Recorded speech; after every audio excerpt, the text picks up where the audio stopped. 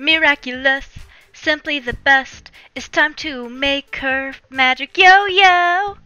Alright, so I decided that I wanted to make my yo-yo out of foam because not many actual yo-yos are that size or would look the way that I want them to. So I decided to go with the EVA foam method. So starting out, you are going to want to find something the approximate shape and size. So anything with a round lid works, and then you're going to use something similar to a tennis ball, if not a tennis ball, to try to force it to be three-dimensionally round. This is a lot of trial and error, not so much with the making it round part, but with finding the right size for your hand. I forget what the final dimensions of mine are, but I do know that I went and shaved it down just a little bit, so it's not actually as big as it is here. Now, yo-yos are not just, you know, two sphere-y things glued together. They have the stuff, or the space between them where the string goes through. So I cut out a strip that I would use later on to help keep the two sides apart and make them more realistic looking for a yo-yo, I guess. Give it some distance apart. And here's fiddling with the size some more.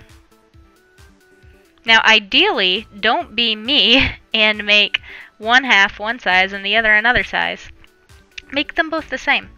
But so when you finally have your sizes right, you are going to want to sand the edges down so that it's nice and spherical. I used a Dremel in order to do that, and you can see off to the right that I have my thin strip of foam that I am going to be using to keep my two sides apart. This is a little bit time consuming and just kind of boring, but you'll want to make sure that whatever you end up doing, you don't accidentally ruin the circleness of these two pieces.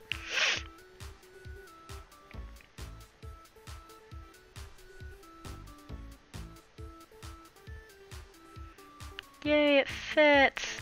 And here's where I try to make them even, make sure that they are the same, because I didn't use the same size for both of them. Don't be me. If there's anything you can learn from watching these videos, is do the things that I figure out later.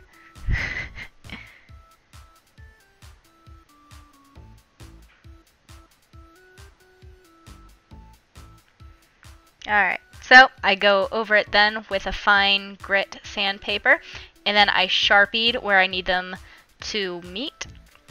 I wanted them to be such a distance apart, so that's what it looks like as I'm trying to figure it out. Slather it all in cement adhesive so that it'll stick together and never stop sticking together, ever. And slathered it on the insides of both of the pieces.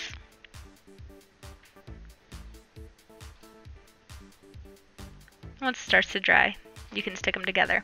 But so I decided right out of nowhere that I wanted to be able to attach my string and belt to something, so I got wire and I bent it so that it would slide onto the middle piece, because it would still be open enough to see through the yo-yo, and I wanted to use a clasp or something to keep the strings onto it.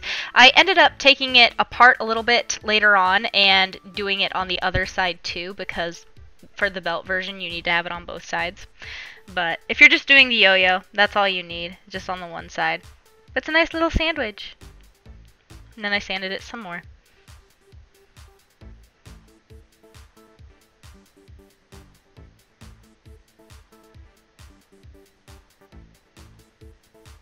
And then I cut a little bit because I wanted it to look opened a little bit more at the time to make it more yo-yo-y. I ended up undoing that because I didn't like it as much. Then you're going to want to heat it up with your heat gun a little bit and help smooth down the sides that you shaded. So, bam! Another thing you can do for the yo-yo, instead of painting it, if you want it to match your bodysuit and you happen to use your own fabric to do it, is you can essentially do what I did for the mask, which is before you put it together, is you can have each of the separate pieces, cover them in cement adhesive all the way on the outside and then on the rim of the inside where the fabric's going to fold over. And you're just going to kind of stretch it across and tuck it inside. So I am going to be gluing these sides shut. There's no real reason to have them open. I have my little hooks for my string to attach to, and it'll help get rid of all those yucky, annoying creases that make it look more like fabric as opposed to paint.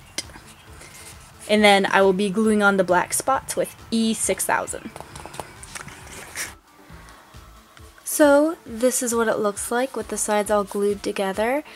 Now I just have to glue the spots on. The two loops I made out of metal earlier, I left those holes open so I can get in with a crab hook of some kind. Right now I have my temporary yo-yo string, and I say temporary because I have to add the end. Hers is actually red. But outside of that, this is also a temporary hook because I don't like that it's obviously there. I have these tiny jewelry necklace clasps, but obviously the string is too big for them, so I'm going to have to hand sew them to the end of the belts. Hello everyone, so today I wanted to show you my finished yo-yo. So her yo-yo can go from a belt to a traditional yo-yo fairly quickly. I wanted mine to be able to make both transformations for photo purposes. However, it's not an instant switch from one to the other. I suppose that if I use magnets instead, that maybe it would be quicker to switch the strings out, but so here it is, my finished yo-yo. I noticed that her yo-yo's pattern of spots is different on each side depending on what she's using it for. When she's using it as a belt, the belt comes between the spots. Whereas when she's using it as a yo-yo, and I'm going to switch on my yo-yo string, which I still need to add a smaller hook onto instead. It comes right out of, I don't like that side. It comes right out from one of the spots, right? So I discovered that while I was gluing the spots on, and thankfully didn't discover it too late because I'm a sucker for accuracy. But so this is what it looks like as a whole. I went and used my E6000 to glue the black spots on because it's out of the same material that my bodysuit's out of. It just looked better in general to me. So you can kind of see the little open mouth on either side. That's where my wire is that I twisted to the inside so that I would have something for these hooks to latch onto. But it fits in my hand comfortably. It's not very big. The one thing that I don't like as much is that if I really want to hide this part right here, I'm going to have to re-sew the claw to about an inch or so in so that when it's hooked in, I can kind of tuck the excess fabric to the inside. Otherwise, it's not too bad just sitting on my hip like that. In order to keep it up on my bodysuit, I went and sewed a hook and eye type measuring, or a hook and eye type mechanic. So on the inside of the belt, it's got a little hook, and then on the hip where I measured out and decided where I wanted it to sit on my side, I went and sewed a little, well, the other end of it, the eye, I guess it's called, but it's like the flat bar one. I don't know if it's still considered an eye. But so when I wear it, it just kind of hooks into it and stays perfectly at my waist. I don't have to worry about it falling, which is super nice for me. And for any reason, if I wanted to change it from the belt to the yo-yo, it's really easy to do so because it's all just necklace clasps, little lobster clasps. So I had to sew them on by hand. It was really easy to do, so no big deal. The strap I made out of the same material as my suit. I took a piece of fabric, laid it out, yeah, you can go down there, laid it out, and I folded the outsides into the middle, and then I folded that entirely in half. So that's how you get the nice no hem kind of look to it, and there's only one seam line going down the entire length. It's how most purses and such get their straps made. I used it from a bag I made years and years and years ago. But so that is my Ladybug Yo-Yo. It is not functioning. It is purely for the sake of having a prop. It's really easy to make. I just took forever making it because I have a lot of other stuff that I have to try to get done in a short amount of time. So thank you for checking out my Ladybug Yo-Yo walkthrough tutorial, such and such. If you have any questions, feel free to comment below, subscribe, and thank you for all your time, and be miraculous.